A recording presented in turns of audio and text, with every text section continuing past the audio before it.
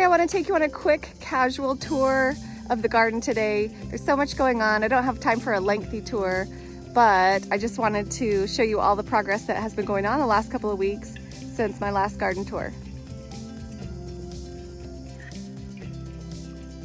The flowers continue to do amazing. They just are really pretty and bring a lot of fun to the garden.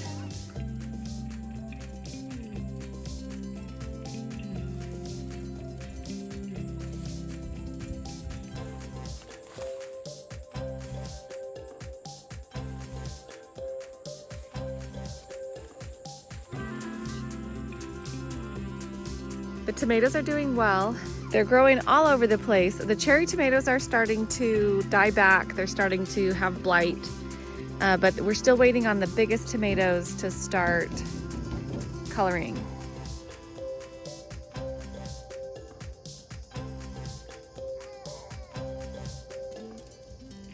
We've picked out most of the onions from right here, and the sweet potatoes are starting to take over.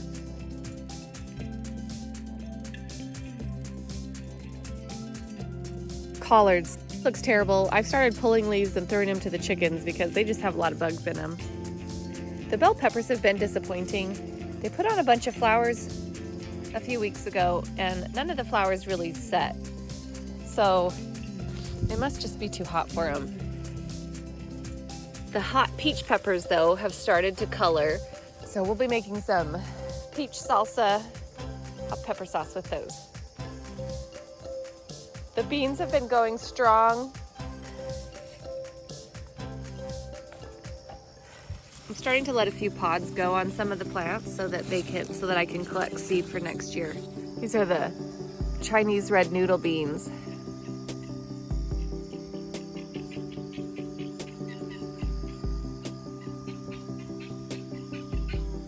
The cucumbers are starting to get powdery mildew, but it's been a really good run with the cucumbers, so I got a lot of pickles stored, so I'm not that disappointed. We started harvesting corn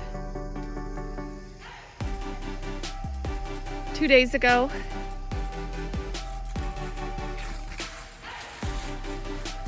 And there is a lot of it, so I just have a lot of work to do.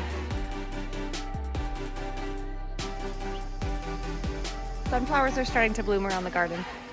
Squash and melon row grew up really nicely. This is the butternut squash right here that's starting to go. I don't know if that's squash bugs or maybe a squash vine borer, but everything else looks really happy. There's Jari melon.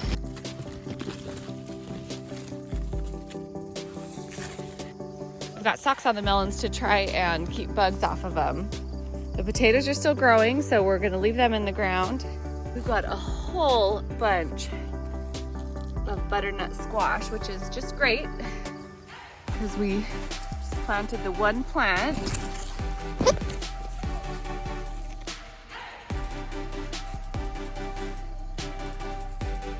And that is going to give us a lot of useful squash. This is the one that was a lemon squash. Now, I got the seed for the lemon squash from a seed swap. And one of the problems with doing a seed swap, if people are swapping seed that they've saved themselves, is people don't always understand everything about saving seeds. So this seed obviously cross-pollinated, the plant that this seed came from had obviously cross-pollinated with something else. So this is not a lemon squash. But it is a summer squash, and so we've been picking them and using them for different things like we would any other squash. Now over here you can see something that's sneaking in. Maybe those spots give you a little bit of a clue. It is the Moon and Stars watermelon. So we've got a couple of those growing on that vine. After the potatoes, here was our beets, which there's definitely got some good beets growing down there. And then carrots. Here's our giant pumpkin tower, and you know, our little pumpkin tower idea, our little vine tower idea I think it did okay. But next year, I think we're gonna do a field for these crops. But you can see some orange poking through, peeping through. That, despite all this powdery mildew, the vine is almost done, but that's okay because the pumpkin, the jack-o'-lantern, is almost done as well. Sneaking in here, we got little pickling cucumbers from this vine right here. That vine has done really well. And then more green beans. Have an assortment of sunflowers coming up over here. Honeybees and cucumber beetles, bumblebees.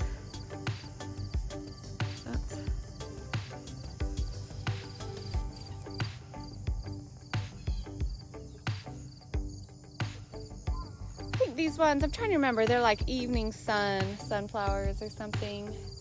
The ones with a little bit of red to them. Then they cross-pollinate and they'll come back all over the garden. Yellow, red, orange. It's very fun. And then red Russian kale, which I need to, I want to plant some more of this. I actually was just reading that cows really love kale. So I need to plant a bunch more in preparation. But man, these cabbage worms are pretty frustrating. So I need to get a new patch in really soon. And when I do, I am going to cover it with netting. But this isn't terrible. I'd take a leaf like this and chop it up to put in something for dinner. But I don't want to encourage this. It's not my favorite. And do you know who loves to eat cabbage worms?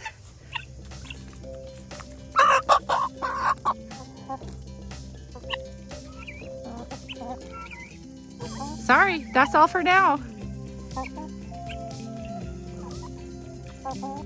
That apple tree is doing great. That's the apple tree that we'll show for this video. It's the only apple tree doing great. But it'll have a head start compared to any of the others we plant this fall, so we're happy. Oh, that is a funny looking pumpkin. So more pumpkins on this aisle. There's gonna be another one. These vines aren't doing so great. We planted all these a little bit later. It's been so dry, but there's these white pumpkins that are spooky white pumpkins. Here's another one. Spooky white pumpkin. So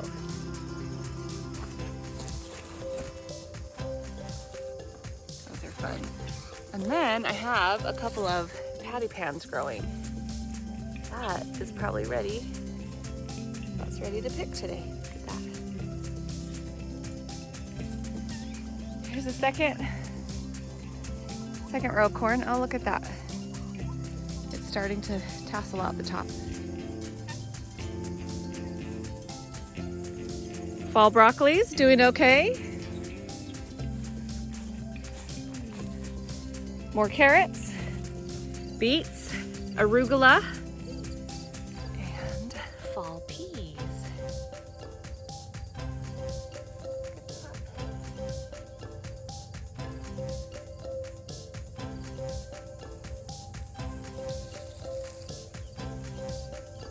Fall peas, I'm very excited about that. Things I want to get in still for the fall are some more greens, some spinach in particular. I want to get some spinach in to overwinter.